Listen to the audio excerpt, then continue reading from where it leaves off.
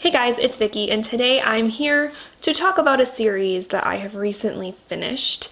And I mentioned briefly in my December wrap-up doing a video like this, and a few of you showed some interest, so I decided I'm gonna go ahead and do it.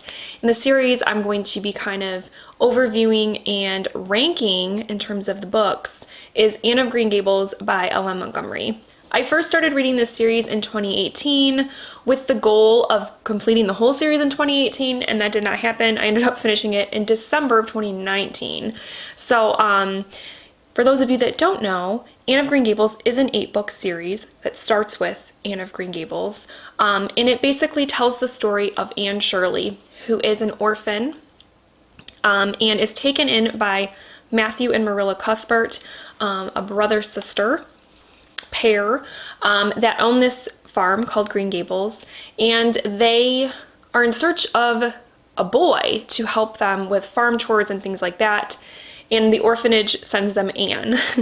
But they were so taken with her, they decide to keep her and raise her, and so it's about her experience growing up on Prince Edward Island. She's about, I think, 10 or 11 when she's adopted by the Cuthberts, and so it's about her growing up in Avonlea on Prince Edward Island, and the series sort of carries into her adulthood, and it just kind of goes from there.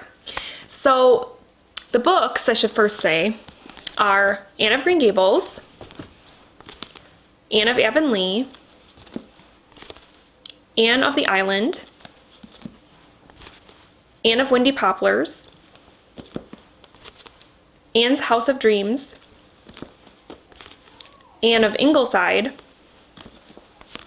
Rainbow Valley, and Rilla of Ingleside.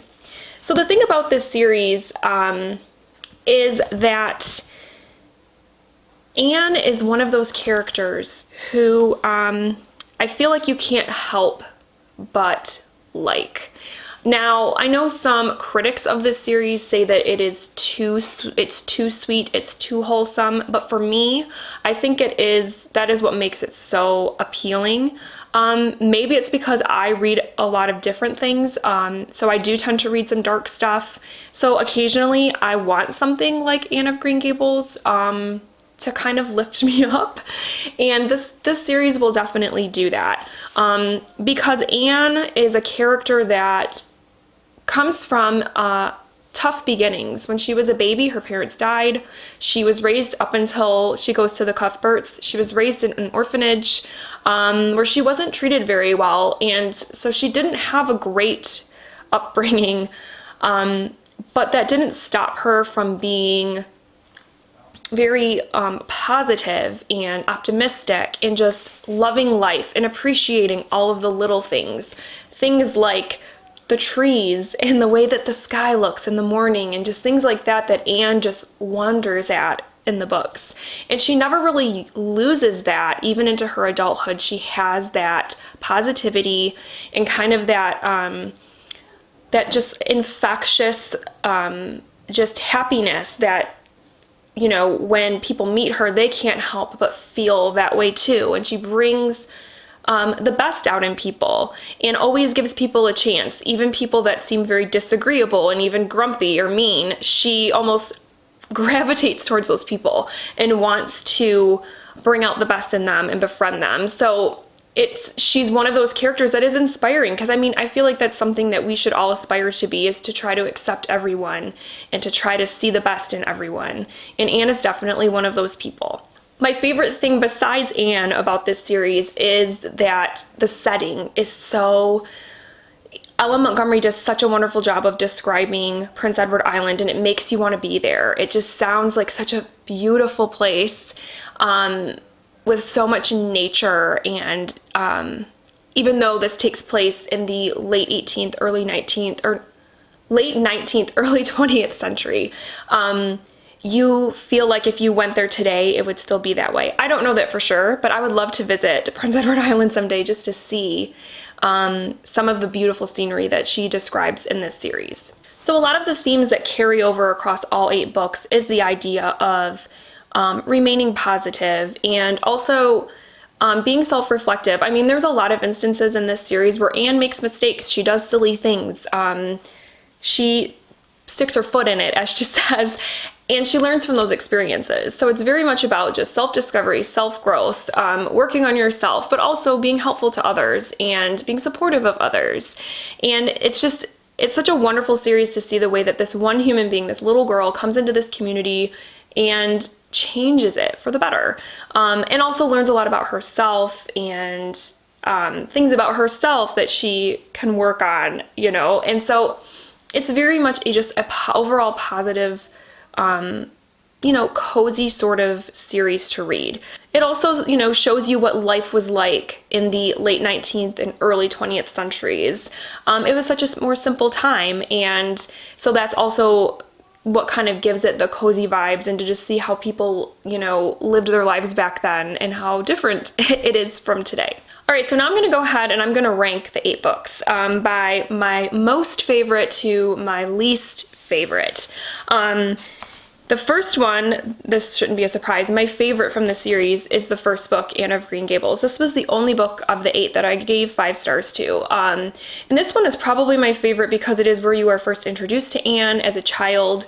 And there's just something about child Anne that is just so heartwarming, and you just can't help but love her. Especially reading this as a mother, I myself wanted to take her in because she's just one of those people. And it was just so nice to see her evolve in this book. In this book, she is, I believe, like I said, she's 10 or 11 when she gets adopted, and I believe it goes until she's about 15. So you see her go through adolescence, and you see her make friends and have rivals, and you just see her kind of grow academically and everything. And then you also see the change that she brings to Matthew and Marilla, and just the joy that she brings to them. So yeah, this had some funny moments, it had some sad moments, it had a lot of great lessons, so overall just a great book. So then my second favorite one was the third book, Anne of the Island. And in this one, Anne is in college, so she's in her early 20s, so she's trying to figure out where she wants to be in the world, her place in the world. And she's at college and she's adjusting to that as well, just like we do today. When we go away to college, we are adjusting to being an adult, taking care of ourselves. She's making new friends, and just learning those kinds of early 20s lessons that you learn when you go away to school or go out on your own for the first time. And so it's very relatable despite taking place 100 years ago, over 100 years ago. You definitely can relate to a lot of the things that she goes through. The other thing in this one is a lot of her friends are starting to pair off, they're starting to get married and start families, and she's kind of wondering, do I want to do that, or do I want to be a career woman? Which I think was very forward thinking for the time, because most women were expected to just get married and have children and that was it. But Anne had other ideas. And I really liked that about her too, that she was a very, modern sort of woman. And then of course there's a fantastic love story in here. It's one of my favorite literary love stories of all time. And the way this book ends, you're just even though I'm not really one to get into romance and stuff, this romance I just loved it. My third favorite from the series is the 5th volume, which is Anne's House of Dreams. And in this one, Anne gets married and moves into her first house with her husband, and they start a family. In this one, again, you're seeing her transition into this new sort of phase of life, being a wife and being a parent. And it was just so lovely to see, especially for Anne, because with her being an orphan, it was so important to her to be a mother, and to give her children what she didn't have, and so this was just so heartwarming. Also some sad stuff in this one. Anne goes through some difficult things in this book, and yeah, it's a good one. My fourth favorite is the 2nd volume, which is Anne of Avonlea, and in this one, Anne is 16. I want to say she's 16 to 18 in this one, and she is a teacher. She goes to teacher school, and comes back to Avonlea to teach school. So it's about, again, her transitioning from being the pupil to now being the teacher, and having to deal with the children who are not always the best. And her, kind of seeing that role reversal with her, where in the first book, she was a very adventurous, free-spirited child, but also a good student, and it focused a lot on her studies. And now in this one, she is trying to pass that that love and knowledge onto other children. So again, this was a very fun story. I loved that it, you're still in Avonlea. You're still seeing all those characters from the first book with some new ones introduced. But this is the last one where that really spends most of its time in Avonlea. My fifth favorite from the series is the sixth book in the series. I know, kind of confusing, but this is Anne of Ingleside. So in this one, Anne is a full-on mother in this one. She has 5 children, and I believe is about to have a 6th in this book, if I remember correctly. It's been a little bit since I've read this one. And so you're seeing her as a mother figure, not a mother figure, she's a mother.